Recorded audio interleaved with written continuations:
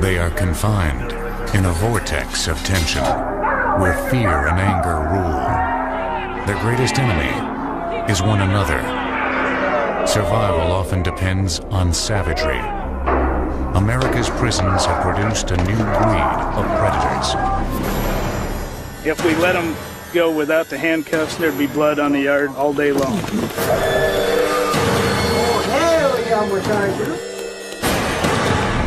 They are attacking each other on sight. Locked cells and thick walls keep them safely isolated from the public.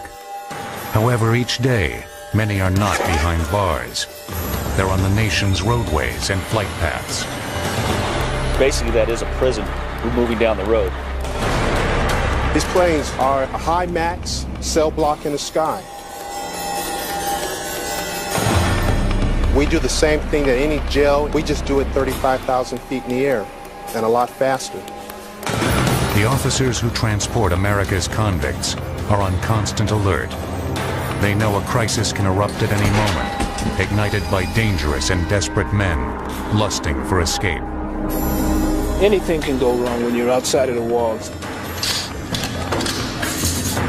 When you think you've seen it all, you haven't seen anything yet.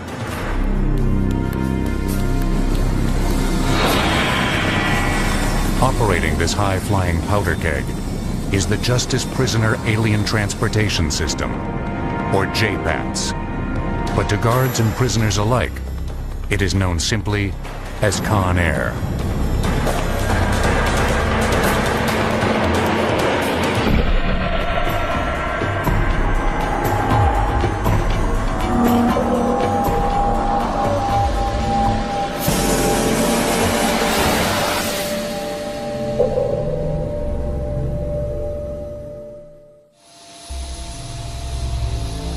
Entrusted with the formidable task of transporting America's convicted felons are the United States Marshals. The nerve center of their operation is the JPATS Command Center outside of Kansas City, Missouri. Here, the travel itineraries of prisoners all across the nation are meticulously scheduled, then closely monitored as the convicts are in transit. The only comment the Marshal had was yes, supervising the command center's activities is U.S. Marshal Kent Pekarik. Sometimes we're referred to as a travel agency. Somebody calls a travel agency and says, I want to go from Miami to Atlanta. That's pretty simple. But the people that we're moving aren't making the phone calls.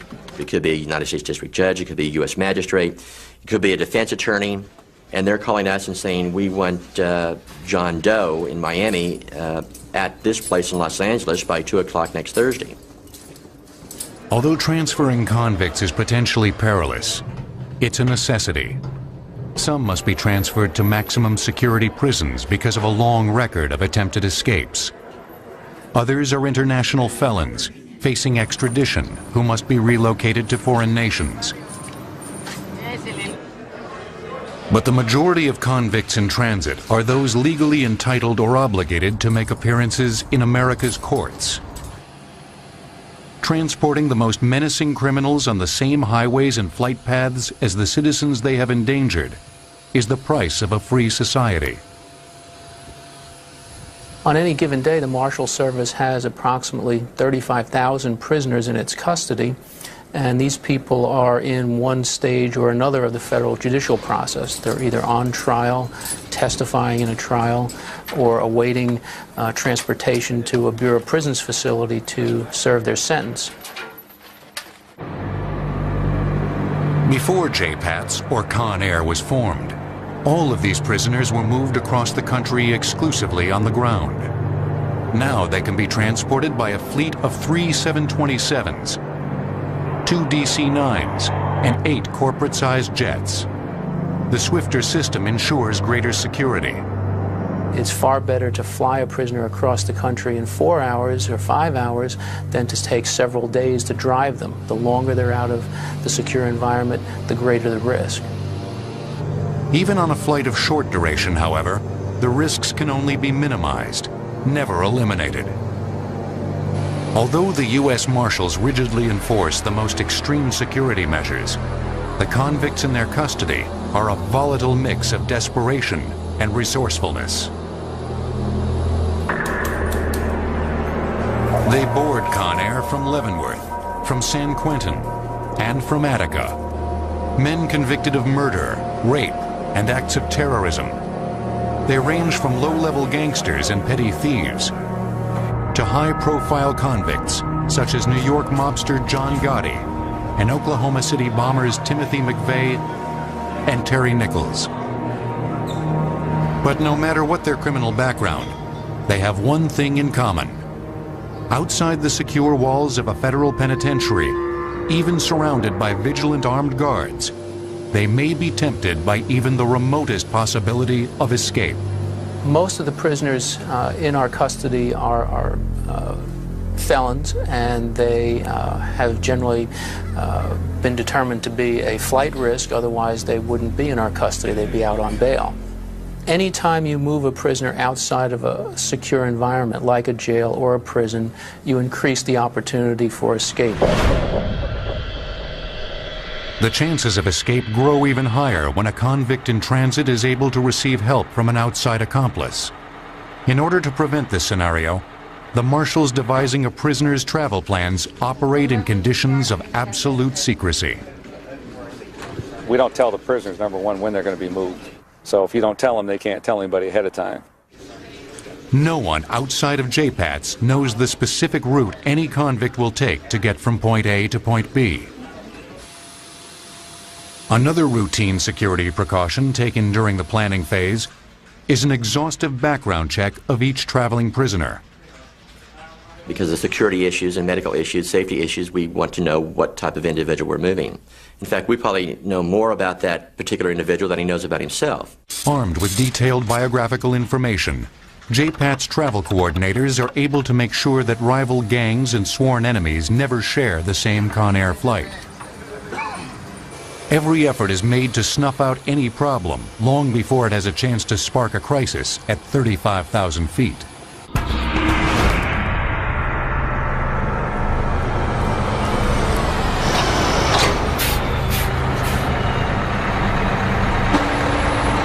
While America sleeps, the transportation operation begins. The Con Air network utilizes not only planes, but a specialized fleet of cars, vans, and buses. Good morning. How you doing? The pre-dawn start time is designed to minimize risk to the nation's motorists by taking to the roads when traffic is lightest.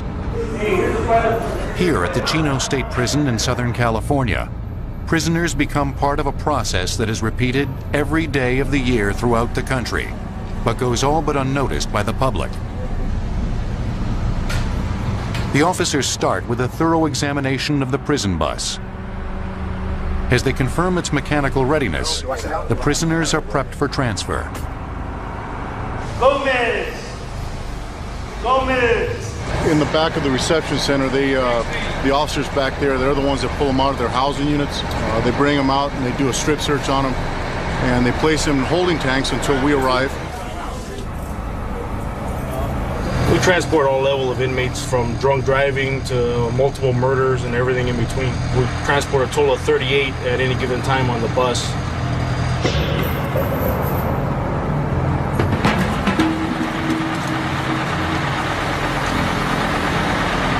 First two, come on up.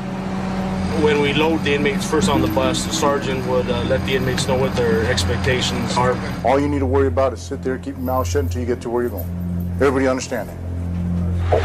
We move, I don't know, thousands and thousands of inmates a year, and you're always going to have some incidents. You're bound to. How long of a ride is it? It's going to get, you'll get there sometime today again. Once the bus is loaded with passengers, firearms are issued to each of the transportation officers. Yes, we're armed. We have our actual weapons on our sides, plus we're armed with other weapons that are on the bus. The precise positions taken by the guards aboard these mobile prisons is a detail they are not willing to share with our cameras. They maintain that such vital information could potentially be used by a prisoner's accomplices waiting in ambush along the vehicle's designated route. Sometimes less information is good so that people can't use it against us. We're not going to expose our security procedures. All right, let's go. At 5 a.m., the bus leaves the grounds of the Chino State Prison. Despite JPAT's elaborate security precautions, the veteran guards are all too aware that they are now entering an environment that is no longer in their complete control. On the outside, they realize anything can happen. When you think you've seen it all, you haven't seen anything yet. That's basically what they have to look out for, the unexpected. They're watching 12 seconds up the road where most drivers probably aren't doing that. They also are concerned about the possibility of ambush, moving these convicted felons. They're watching for vehicles that would be following, pulling up beside. So it's kind of a counterintelligence, I would guess, for lack of a better term. With no nightmarish scenario impossible, the tension aboard these vehicles is as tangible as the weapons the guards brandish in order to combat it. The intensity is perhaps even more palpable thousands of feet overhead, aboard the Conair jets. At 35,000 feet, one lapse in security among the world's most dangerous convicts could trigger catastrophe.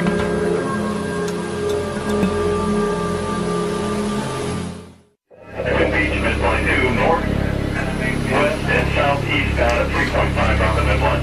Whatever it is, At 11 a.m. at a small Midwestern airport, an aircraft identified as Justice 113 begins its final approach. Justice 113 is 20 miles to fly. Copy, 20 miles. Few observing the nondescript 727 would suspect that its passengers are some of the most violent convicted criminals in America. This is one of thousands of Conair flights that occur each year.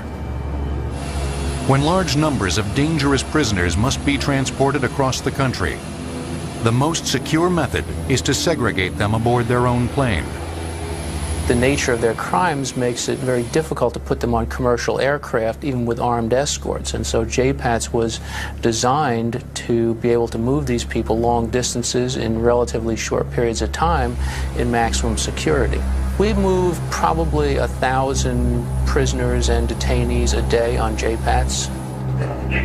Justice 113, Mars Tower, check wheels down, wind estimated calm, clear to land, runway 32.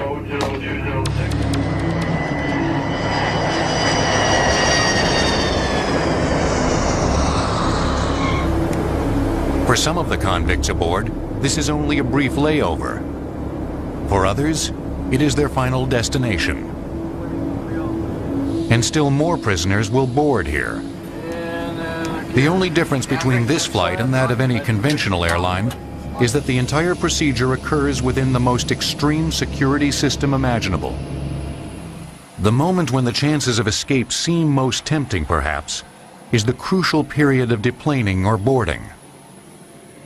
Our very first thought is to not give that prisoner any ideas that there's a possibility to escape, or there's a possibility to create a diversion of someone else possibly escaping. Disembarking convicts are transferred immediately to the custody of a ground unit of U.S. Marshals. We're down here to pick up 9 prisoners off the Marshal Service airlift to take back to Des Moines for court appearances. Before they are boarded into a waiting security van, each prisoner is rigorously searched. We shake them down, we pat them down, make sure they haven't picked up any paraphernalia or anything off the plane that they shouldn't have. The tight security never lapses, as prisoner restraints are rechecked for the next phase of transport. They're all restrained with belly chains, handcuffs, and leg irons at all times, and they're not removed during the trip at all. For the next 8 hours, the Marshal's van will be their prison on the road. As their journey continues, so does the vigilance of the officers guarding them. When we're in transit with prisoners, we consider them all a maximum security risk.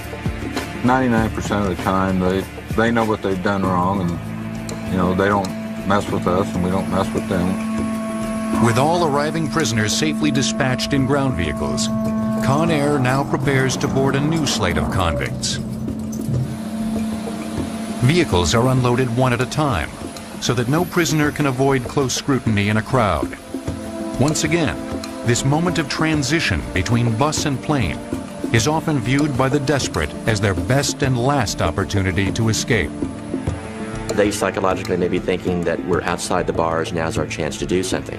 We do a very thorough job of searching them at every opportunity to make sure that they don't have a key to a handcuff or an implement that they could use to pick the cuffs. Any seemingly innocuous object, like a pencil or paperclip, can become an effective weapon in the hands of a hardened convict. Even in an outwardly docile prisoner who appears to pose no threat. Even though you're concentrating on those people who are considered armed and dangerous, extremely violent, you can't forget the person that doesn't show any violence or doesn't have a past history. Because a lot of times, if you drop your guard and you're not watching that individual, that's the person that may hurt you or hurt another prisoner or may hurt themselves. In all, 137 potentially explosive prisoners are on this Con Air flight. Justice 113, At 1 Roger. p.m., Clearance will be on request Justice momentarily. 113 is cleared for takeoff.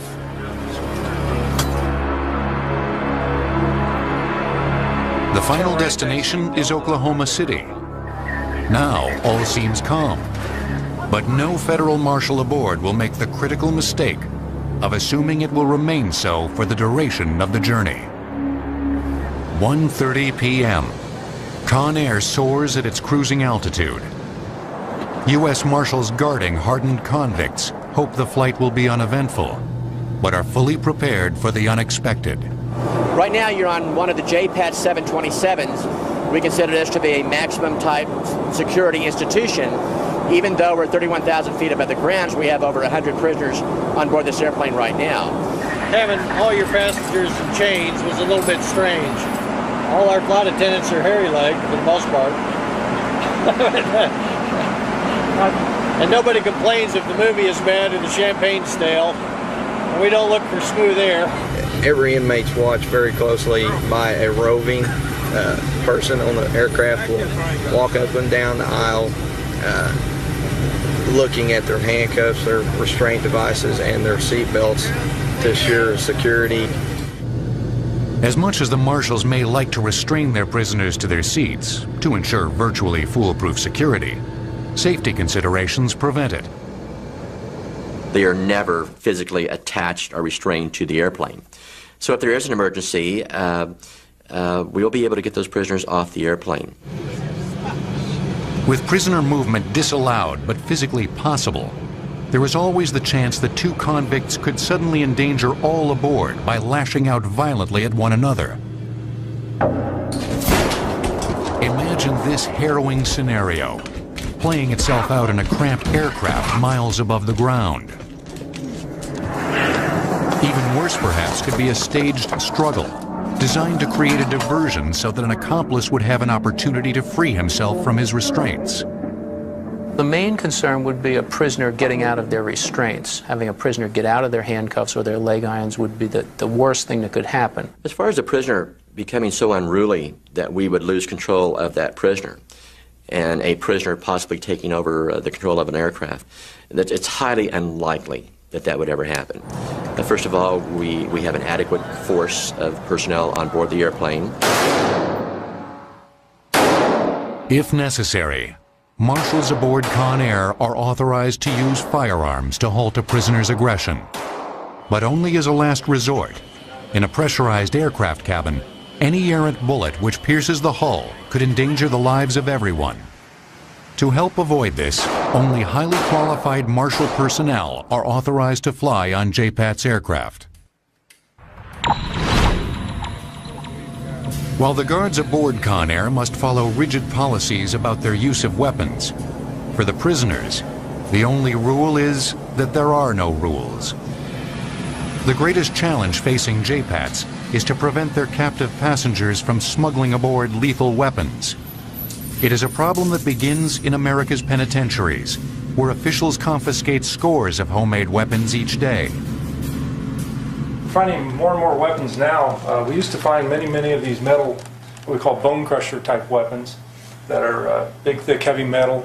They've become more effective over the years of stopping the amount of metal that they're able to get their hands on now.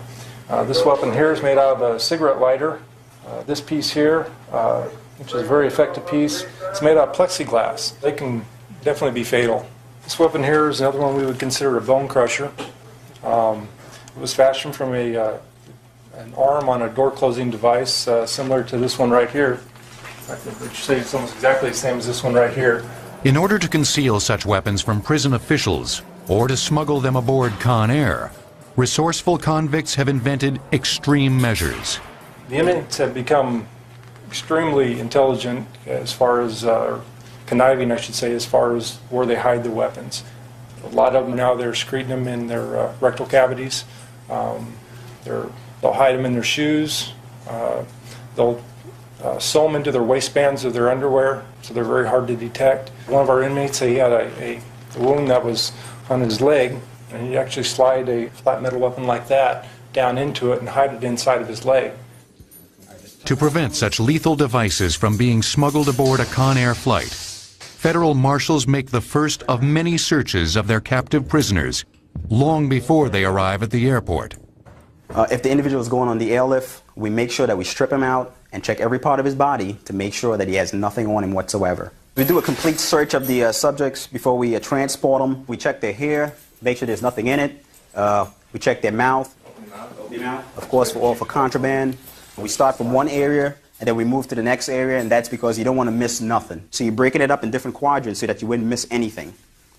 Again, I'll check the backside again, check the waistband. We pull all the pockets out and make sure there's nothing in there. We put on his full restraints on him, which includes handcuffs, waist chains, and leg irons. And we'll put on what we call a black box. You'll see that the black box is covering up the keyholes of the handcuffs. If he was to have some contraband on him, he cannot reach to those keyholes and open up these handcuffs. Tony here is going to put on the leg irons on the subject so the subject cannot run. And each of these, the handcuffs and the leg irons, both have double locks on them. Marshals make sure to know which of their prisoners face a date with a gas chamber or a lethal injection. They may be the most unpredictable and dangerous captives of all. The biggest risk offenders, I suppose, that you would say we have are probably the people that are facing a death sentence. Those folks are bad actors, there's no question about it. And you need to have them controlled at all times because they don't have a whole lot to lose. The entry and exit point to the courthouse is a double-doored chamber called a sally port. Only one door can be opened at a time. Steel and concrete barricades prevent any forced entry. This area will only be vulnerable when these barricades are lowered and the garage door is opened. Before this happens, weapons are drawn.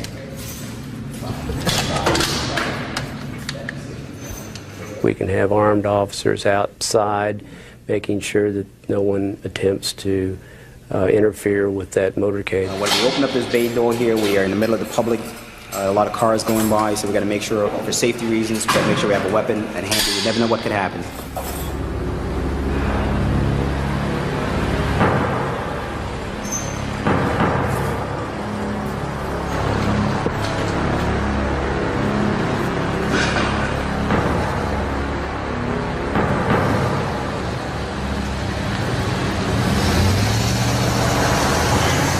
While the van makes its way to the airport, across the country, a different breed of prisoners are readied for Justice 113's next stop. Okay, inmate Smith, I need you to step out of your cell, please. Walk down the hallway here. Female prisoners are moved with the same painstaking precaution as the men. I need you to grab hold of the top of that chair and lean up on it. Your left arm down. Basically, it's maintaining security at all times. They're never just a passenger. They are secured inside the prison as they are outside the prison. A Con Air passenger cabin is one of the rare venues in which males and females share the same maximum security facility.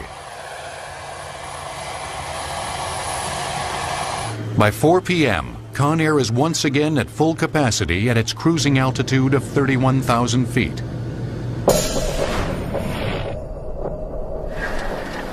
30 minutes later, Justice 113 begins its descent into Oklahoma City. As you can see on board the airplane, at 31,000 feet, the prisoners, there's no place for them to go. It's a very secured environment. When we land in Oklahoma City, we'll land and then we'll taxi directly over to the Federal Transfer Center there on the airport in Oklahoma City. Once we land, the jetway will swing out from the institution and we'll open up the doors, and then at that time we'll exchange the transfer. All these prisoners on this airplane will then walk into the jetway, into the institution, and their feet will never touch the ground. The most vital, important part of this is at all times they're away from the general public. The Federal Detention Center is a penitentiary located on the grounds of Will Rogers Airport in Oklahoma City. Convicts disembark directly into prison. From here, they will catch another Conair flight to their final prison destination. While these prisoners were cleared for a standard Conair prison flight, a special few require security measures that are even more extreme. They are so dangerous, they must be flown in solitary confinement.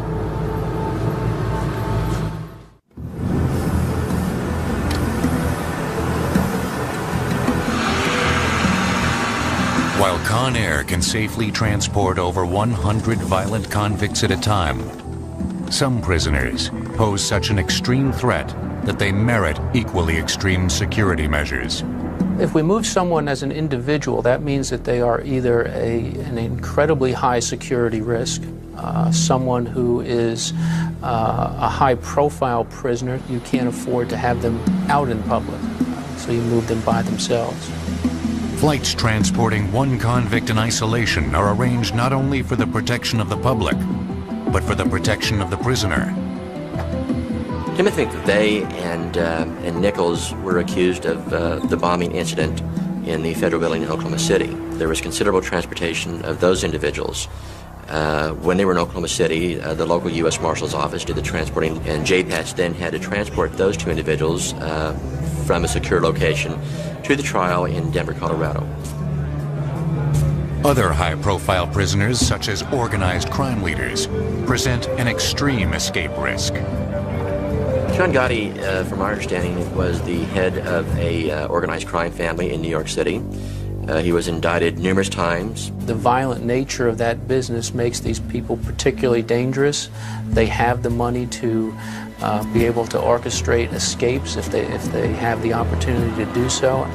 The challenge in transporting a prisoner of John Gotti's stature is to prevent the critical information leaks to the media, information which would be invaluable to accomplices plotting to assist an escape. The press has their job to do also, and they're constantly trying to find out when we're picking someone up or when we're moving, when we're flying. And because of security reasons, we don't usually want to publicize that because we want everything to stay safe, and it's better that those things stay as quiet as we can until we actually get the defendant to the institution. Unlike John Gotti, the most dangerous of the Conair solo passengers have no need for accomplices to create havoc. They stand alone as killing machines. There's one prisoner in the system right now that can break handcuffs basically like you'd break a piece of thread. There's people in the system that have killed up to 20 people. The commissioners of the Aryan nations, very extreme, very violent, they've killed multiple. And it's a feather in their cap if they kill, say, a female law enforcement officer. In the joint, it's one thing. If they do it on the street, it's bigger points. We handle the baddest of the bad, is what it comes down to. When they take them out of the cell, they take 6 guards to take them out of the cell, to move them anywhere. Well, in the case of moving a prisoner on Conair, we use full restraints on them. There's virtually no chance of escape or no chance of an assault on one of our officers. Rendering harmless the most violent of predators requires that the wrists be triple locked. In addition to handcuffs and a black box, the hands are placed in a set of synthetic mittens that prevent him from using his fingers. We've got issues where people have actually pulled things off of an aircraft and used them to make shanks. With that mitten on top of an individual's hands, he's prevented from even touching his fingertips. The final security device constrains the convict's movements to an even more extreme degree, one that has inspired Hollywood prop masters. The mask prevents the inmate from spitting, manipulating the restraints with his teeth, or biting his guards. Though these measures may seem like overkill, the marshals are trained to never underestimate the criminal mind. Everybody in this system is clever. That's all they do is practice on martial art holds of pressure points, because that's all they have is time on their hands. Physically, mentally, they're in their own world. And at any given time, they can have their upper hand. Once prepped for the move, the transport team acts quickly, with no advance notice to their captive. If he is a high profiler, he can be carried in an armored car. And with that armored car, there's chase vehicles. You may take out the first car, but you're not going to take out the convoy of U.S. Marshals and other law enforcement that are fully aware. As the prisoner arrives at the airstrip, the Conair jet is already prepped and ready for takeoff. And just as they do for standard Conair flights, marshals form a security perimeter around the aircraft.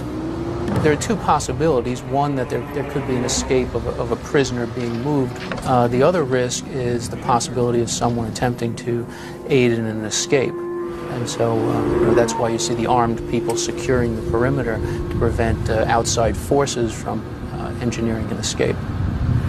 It is the marshal's sworn duty not only to prevent their prisoner from escaping, but to prevent any attacker from harming the prisoner. You're looking at an area that's 3,000 yards open, a sniper, in the event that they want to take that individual out, we couldn't do anything about it. If you want somebody bad enough, you'll get them.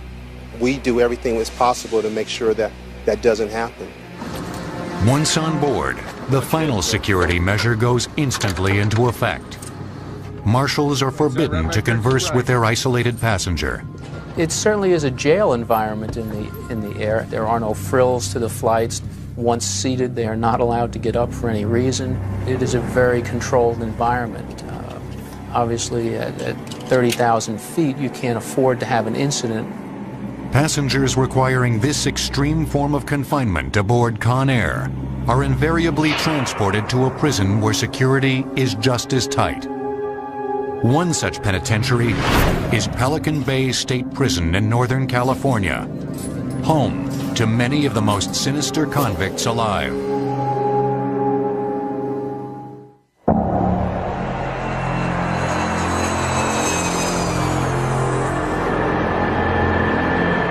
The challenging art of transporting convicts is faced not only on a national scale by Conair, but also on a much smaller level, within the walls of America's penitentiaries. Nowhere is this challenge more daunting, perhaps, than at the Pelican Bay State Prison in California. A 275-acre facility located near the Oregon border, Pelican Bay is designed to isolate nearly 4,000 of the state's most violent inmates.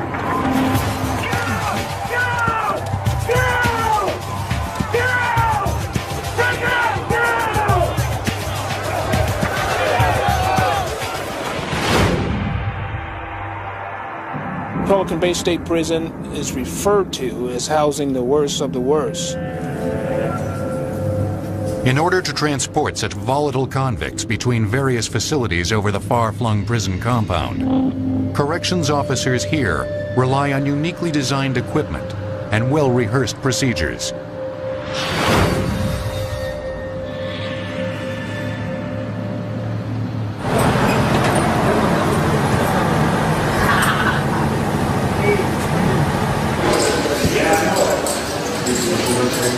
To move the dozens of inmates each day required to go to Pelican Bay's medical clinics, guards use a special lockdown bus, a mobile prison inside the walls. Maximum of 10 inmates on the bus at one time to take them to the clinic or to return them back. Little cages here to prevent them from spitting or spearing or anything of such. The bus is checked frequently to make sure no contraband has been stashed. and that nothing has been removed which may be fashioned into a weapon. Security is further enhanced by the lack of any centralized bus stop where convicts could gather and come into conflict with each other or with guards. Service is door to door. Lieutenant Ben Grundy has been with Pelican Bay since its inception in 1991. Security is very high at this prison. You'll notice when you go in and come out, you have to go through a number of checks, number of what we call sally port, double gates, and numerous doors that are electronically operated. Even when convicts are moved simply on foot, they are subjected to the tightest possible security standards. Everywhere we go, we're being escorted to the medical department, on a visit. When we're doing escorts in a tense situation like this, we make sure that it's a hands-on escort. Putting California's worst inmates together in Pelican Bay resulted in the greatest concentration of racially allied prison gangs in the state, a powder keg of racial tension that would eventually reach its breaking point. On February 23rd, we had the major riot. We had a big race war out here on B Yard. The riot was one of the worst in state history. As rival gangs began to retaliate against each other, the prison descended into a violent race war. There's a race war pretty much amongst all the inmates. You know, there's no telling when one might go after another. At Pelican Bay, the simple act of walking across the prison yard can get an inmate killed. Even though an inmate is locked up at Pelican Bay State Prison, he is a convicted felon. He has a right to walk in the general population or move around within the prison system without being stabbed. To protect the inmates, prison officials declared a state of emergency. There's a lot of racial incidents here between inmates. And there's been so much, we're on lockdown. When we're locked down, basically what that means is that the inmate movement is greatly restricted. They're not allowed to come out on the general population yard and play basketball or volleyball and just kick it with their homeboys. They are locked down. They spend most of their time in their cell. We don't mix up races. In the first stage of the lockdown, the inmates were only allowed to mix with other inmates of their own race. They'll stab each other because somebody might not have been involved in one of the other race wars. Those who didn't participate in the race war were targeted by their own race. They've been attacking each other, their own racial groups, and the people that they should be getting along with. So we've gone to a total lockdown. Pelican Bay's total lockdown has created a unique situation where even prisoners locked in an institution require full-time security from other prisoners. Every inmate movement is calculated. They're handcuffed to go to the showers. They're handcuffed to go to the doctor. For the inmates' protection, Pelican Bay's notorious killing fields, the yards, are kept vacant. If we let these people out right now, there's no question in my mind or anybody else's mind that they would definitely assault each other, possibly with weapons, and possibly even come after one of us. They're scared to let us off. They want no more violence. If we let them go without the handcuffs and the hands-on escorts right now, there'd be blood on the yard all day long. Inmates are searched for weapons each time they move outside their cell block. Some go to extreme measures to move weapons and contraband. We want the inmate to take off his clothes so we can check all his body orifices, look in his mouth, look in his ears. We have them stand there, they bend down so we can see between their legs, and they spread their buttocks so that we can make sure that they don't have anything secreted. Another officer will take a handheld metal detector. We'll have the inmate bend over at the waist, and he'll wand his backside, because they usually try to secrete something. Basically, they're placing weapons in their buttocks and in their rectal cavity. Inmates manufacture weapons out of any piece of material they can get their hands on. They're masters at hiding weapons. Some of them probably do have weapons, and we miss that. but that's just the nature of the game. As tightly guarded as these prisoners are on the so-called main line, Pelican Bay boasts a facility that is even more restrictive. The Secure Housing Unit, or the SHU, is essentially a prison within a prison. The purpose of the Security Housing Unit is to remove the inmates that are causing problems or committing felonies from the general population. They have demonstrated that they can't function in that environment without acting out or causing people around them harm or attempting to prey on them. So they're removed from the general population and they're locked up. Here, prisoners are locked in their cells 23 hours a day. Everything they need to serve their sentence is contained here. There is no out of doors. Inside of the Security Housing Unit, or the SHU, inmates are escorted everywhere they go. Everywhere these predatory offenders move within the SHU, they are always under the watchful eye of an armed guard on a catwalk above. Anticipating violent outbursts, the guards protect themselves with armored vests designed to repel knife attacks. Due to the level of these inmates and their violence, there's always a possibility to be stabbed or speared or attacked. In a security housing unit, all officers are mandated to wear the vest. When an inmate is escorted in the SHU, he is never allowed to precede a correctional officer through a doorway. To prevent contact between inmates, the officer will always make sure the area is clear before proceeding with his prisoner. Prisoners are strip searched every time they leave their cells.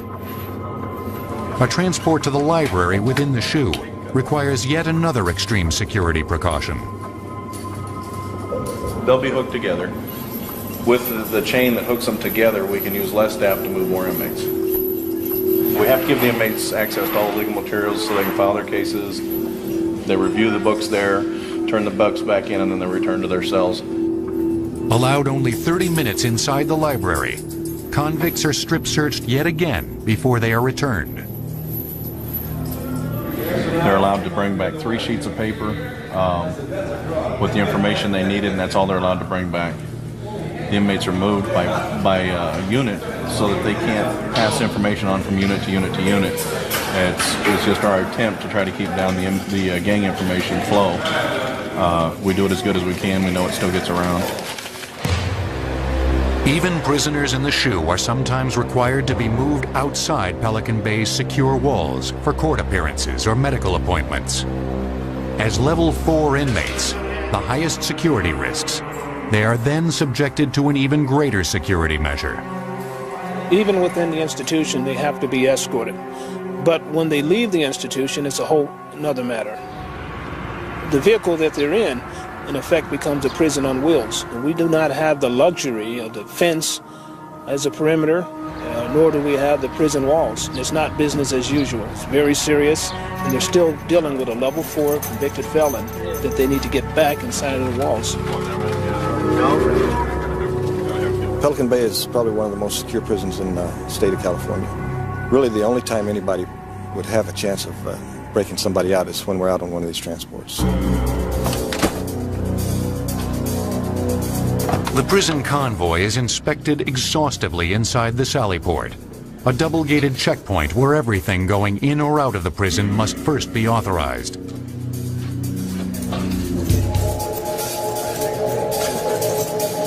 Here, officers are issued weapons for their venture outside the walls. Anytime you take out a level 4, it's 1 sergeant, 3 officers, and everybody's armed. We don't give them any prior notice. That way, there's less chance of them being able to notify anybody on the outside that they're out, less chance of an escape attempt. On this day, the transportation team is moving inmates to a local hospital for appointments with heart specialists. To minimize the chance of an ambush by a convict's accomplices lying in wait along the road, officers vary their route daily, avoiding predictability. Anything can go wrong when you're outside of the walls. You have to Be careful about what could be a staged event. Could have a cuff key inside of a body cavity and try to take off its restraints. Throughout their venture outside the walls, inmates are never out of a correctional officer's sight.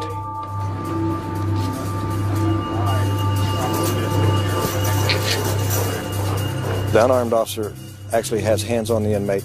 The armed officer just follows at a safe distance to provide gun coverage in case the inmate tries something. The Pelican Bay transportation officers have mastered the art of moving society's most dangerous criminals, just like their counterparts aboard Con Air.